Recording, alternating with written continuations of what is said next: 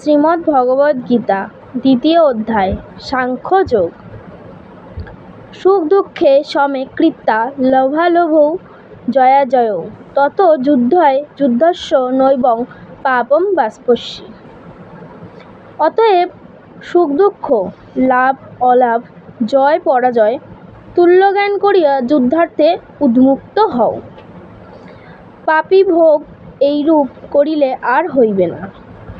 এষা তেহ বিহিতা সাংখ্যে বুদ্ধির্যোগে তিমাং শৃণু।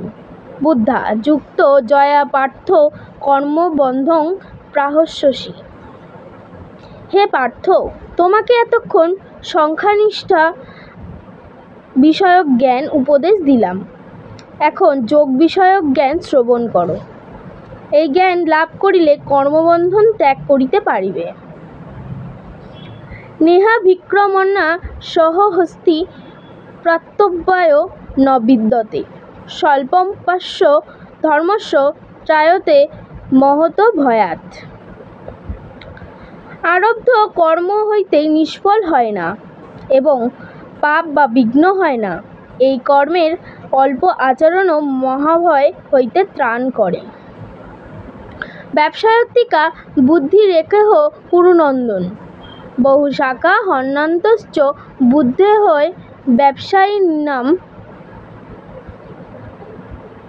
ইহাতে ব্যবসায়িত্তিকা বুদ্ধি একই হয়, অর্থাৎ একনিষ্ঠ থাকে, নানা দিকে ধাবিত হয় না। কিন্তু অব্যবসায়ী দিগের বুদ্ধি বহু শাখা বিশিষ্ট ও অনন্ত। যামিমাং পুষ্পিতাং বাচং প্রবদন্তি বিপশ্চিত বেদবাদরতা পার্থ নান্যদস্তি বাদীন। হে পার্থ, অল্পবুদ্ধি ব্যক্তিগণ বেদের কর্মকাণ্ডের স্বর্গফলাদি প্রকাশক প্রতিকার বাক্যে অনুরক্ত। কামান্বিত স্বর্গপরা জন্ম কর্মফলপ্রদম ক্রিয়া বিশেষ বহুলাং ভোগৈশ্চেতৈ গতিং কৃতি। কামনাকুল চিত্ত স্বর্গই যাহাদের পরম পুরুষার্থ, এইরূপ ব্যক্তিগণ জন্মরূপ কর্মফল প্রদানকারী ভোগ ও ঐশ্বর্য লাভের উপায়ভূত বিবিধ ক্রিয়াকলাপের প্রবেশসূচক আপাত মনোরম বেদবাক্য বলিয়া থাকে।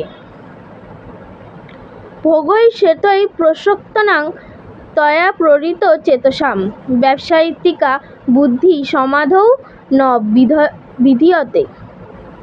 এই সকল শ্রবণ রমণীয় বাক্য দ্বারা অপহৃত চিত্ত, ভোগৈশ্বর্য আসক্ত ব্যক্তিগণের কার্যাকার্য নির্ণয়ক বুদ্ধি এক বিষয়ে স্থির থাকিতে পারে না।